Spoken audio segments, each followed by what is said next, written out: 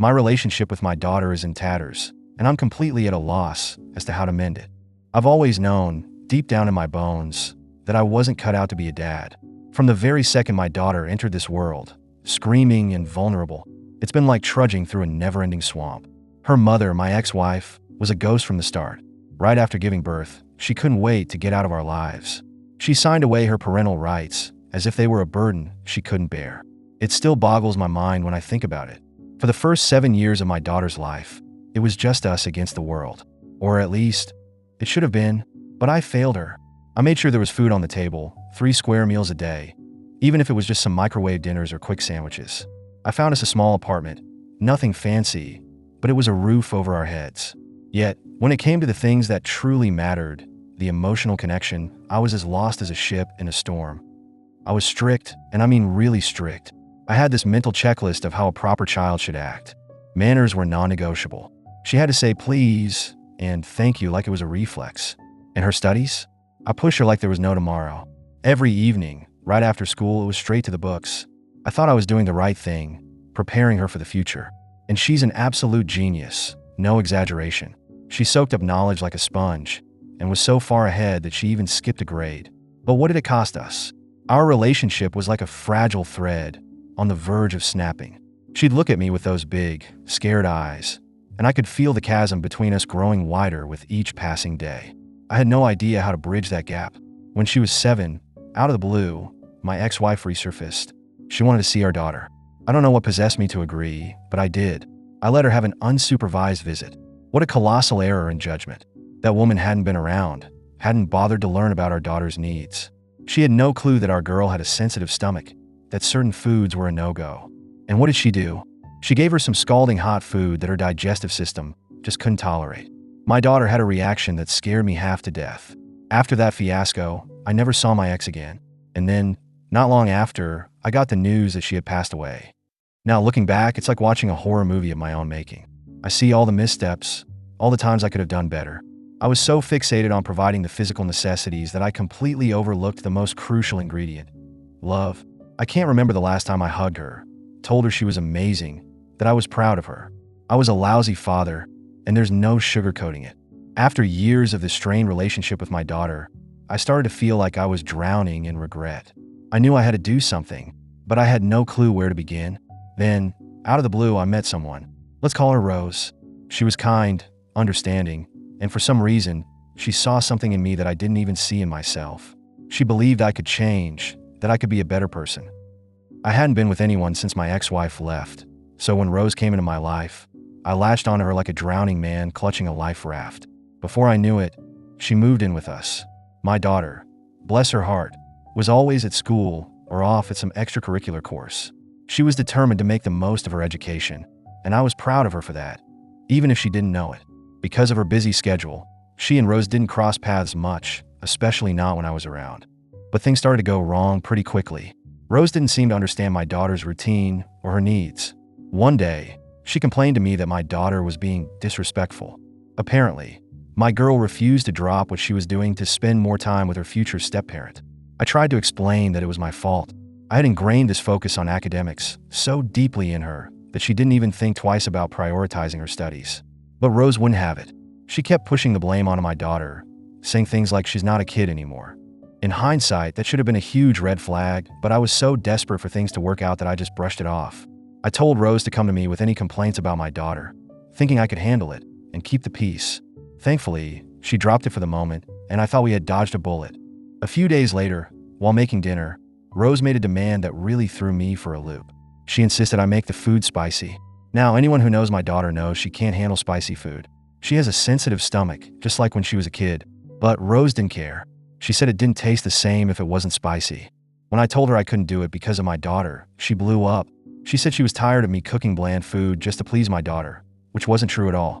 I added spices, just not the kind that would set our mouths on fire. She also whined about having to make the food hot after it was cooked, which I always did for her, and not being able to use regular milk in anything. My daughter is lactose intolerant, so I kept regular milk for my personal use only. I caved. I felt so guilty for imposing my daughter's needs on Rose all the time. So I made the food spicy. We ate early because Rose wanted to go to bed earlier. By the time my daughter got home from her study group, we had already finished. When she asked about dinner, I told her I had made it too spicy for her and that she should make something for herself. I could see the hurt in her eyes. I had promised her I'd cook that day, and now I was going back on my word. She left the room without looking at me, and when I said goodnight, she just mumbled it back. That moment, I knew I had royally screwed up. I had chosen Rose's wants over my own daughter's needs, and I felt like the lowest of the low. That night, after my daughter's cold response, I couldn't sleep a wink. I tossed and turned, my mind a whirlwind of guilt and self-loathing. Every time I closed my eyes, I saw the disappointment in her eyes, and it cut me like a knife. I knew I had to make things right, but I was terrified. Terrified of facing my daughter, terrified of admitting my mistakes, and terrified that I might have already pushed her too far. The next morning, I woke up with a heavy heart. Rose was still asleep, blissfully unaware of the turmoil inside me. I tiptoed around the house, trying not to wake her, as I made breakfast for my daughter. I wanted to do something nice for her, to show her that I cared, even if it was just a small gesture. But when she came downstairs, she barely acknowledged me. She grabbed a piece of toast and headed out the door, her backpack slung over her shoulder. I watched her go, feeling a sense of helplessness wash over me. I knew I couldn't let this go on any longer. I had to end things with Rose. She was a distraction, a mistake that I had made in my desperate attempt to find some happiness. But I also knew it wouldn't be easy. Rose had become a part of my life, and she wasn't going to let go without a fight. When Rose finally woke up, I decided to have a talk with her. I told her that we needed to break up, that I had made a huge mistake by putting her needs before my daughter's. She didn't take it well. She started yelling, accusing me of being a terrible partner, of leading her on. I tried to stay calm, but it was hard. She kept bringing up my daughter, blaming her for our problems, and that's when I lost it. I told her off, my voice shaking with anger. I said she had no right to talk about my daughter like that it was my fault all along. I gave her an hour to pack her things and leave. I knew it was harsh, but I couldn't stand the thought of her being in my house any longer. I needed to clear the air, to make things right with my daughter, and Rose was standing in the way. As she stormed around the house, packing her belongings, I sat in the living room, my head in my hands. I felt like a failure. I had messed up my relationship with my daughter, and now I was ending a relationship that I had hoped would bring me some joy. But I knew it was the right thing to do. I had to put my daughter first, no matter what. Finally, Rose left, slamming the door behind her. The house was silent, and for a moment I just sat there, taking it all in. Then, I got up and started cleaning up the mess she had left behind. I wanted to make the house feel like a home again, a place where my daughter and I could start to heal. With Rose gone, the house felt empty, but also strangely calm. It was as if a storm had passed, and now I could finally see the light at the end of the tunnel. I knew I had a long way to go to mend things with my daughter, but for the first time in a while, I felt a glimmer of hope. I spent the morning cleaning every nook and cranny of the house. I wanted to erase any trace of the chaos that had ensued. As I scrubbed the kitchen counter, I thought about all the times I had let my daughter down, the missed birthdays, the unsaid words of encouragement, the hugs that never happened. I vowed to myself that things would be different from now on. When it was time for my daughter to come home from school, I decided to do something special. I made her favorite meal, the one she used to love as a kid, but I rarely had the time or inclination to cook. I set the table with care, even adding a small bouquet of flowers in the middle as a touch of decoration. It was a meager attempt to show her that I cared, but it was all I had. She walked through the door, her eyes widening in surprise when she saw the table. For a moment, I saw a glimmer of something other than disappointment in her eyes. Maybe it was curiosity or a tiny bit of hope, just like what I was feeling. I asked her if she would sit down with me, that I had something important to say. She hesitated for a second, then nodded and slowly took a seat. I took a deep breath and began. I apologized. I poured my heart out, telling her how sorry I was for all the years of neglect. I told her about my own insecurities, how I had been so focused on providing for her materially that I had forgotten the most important part of being a father, being there for her emotionally. I admitted that bringing Rose into our lives had been a huge mistake, and that I had put Rose's wants above hers. I told her I had ended things with Rose, and that from now on, she was my only priority. As I spoke, tears streamed down my face. I couldn't hold them back. I was ashamed of myself, but I also knew that being honest was the only way forward. My daughter sat there, listening quietly. Her face was a mix of emotions, shock, sadness, and a bit of anger still lingering. When I finally finished, there was a moment of silence. Then, she let out a broken laugh. It was a laugh that held years of pent-up frustration and hurt. She said, "I can't believe I never thought of that." And then she started crying. She told me how betrayed she had felt that night when I had made dinner too spicy for her and then told her to fend for herself. She said she hadn't slept all night, thinking that I was slowly pushing her out of my life, especially after hearing Rose's comments.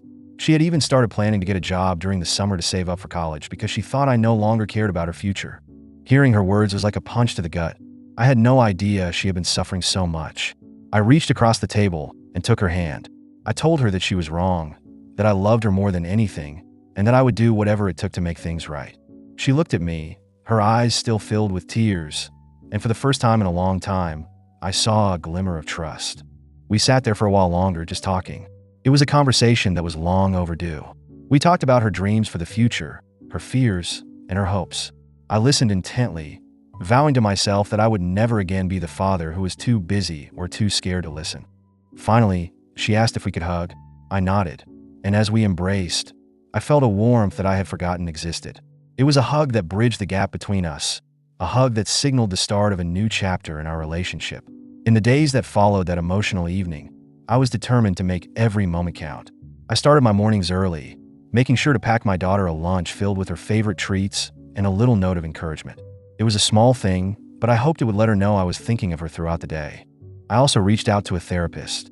I knew I needed some professional guidance to navigate these uncharted waters.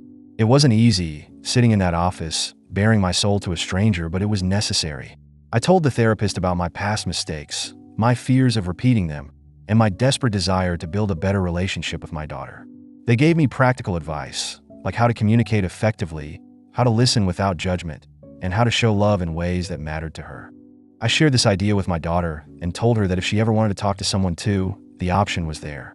To my surprise, she agreed. She said she had a lot of things bottled up inside and thought it might help. So, we started going to individual sessions first. It was a bit strange at first, knowing we were both in the same building, dealing with our own emotions, but with the common goal of healing our relationship. One evening, after a session, she came out looking a bit lighter. She told me she had talked about how scared she was of not being good enough, of always feeling like she had to prove herself. It broke my heart to hear it, but I was glad she was opening up. I told her that she was more than enough, that she was brilliant and kind, and that I was the one who had failed her, not the other way around. As the weeks passed, we fell into a new routine. We'd have dinner together every night, and instead of just asking about school, I really listened. She told me about her projects, her friends, and the challenges she faced. I shared stories from my own youth, the mistakes I made, and what I learned from them. It was a two-way street of communication, and it felt good. When summer came around, she mentioned again about getting a job to save for college. I could see the determination in her eyes, but I also saw the underlying worry. I sat her down and told her that she didn't need to worry about money. I had worked hard over the years, and I had saved up enough to support her through college, no matter which path she chose. I told her it was my responsibility as her father, and I wanted her to focus on her studies and enjoying her youth. The relief on her face was palpable. She hugged me, and this time, it was a full, warm embrace. We had come a long way from those days of cold shoulders and unspoken resentment. We still had our moments of awkwardness, of course. Old habits die hard, but we were learning, growing, and most importantly, loving each other again. I started complimenting her more often, whether it was her new haircut, her excellent test scores, or just the way she handled a difficult situation with grace. I made sure she knew I noticed and was proud. And every night, before she went to bed, I gave her a kiss on the forehead and told her I loved her. Our relationship would never be the perfect picture of father-daughter love that you see in movies, but it was ours, and it was real. We were building something new, something stronger, based on honesty, trust, and a whole lot of love. And as I watched her laugh and thrive, I knew that all the pain and regret of the past had led us to this moment, and I wouldn't change a thing.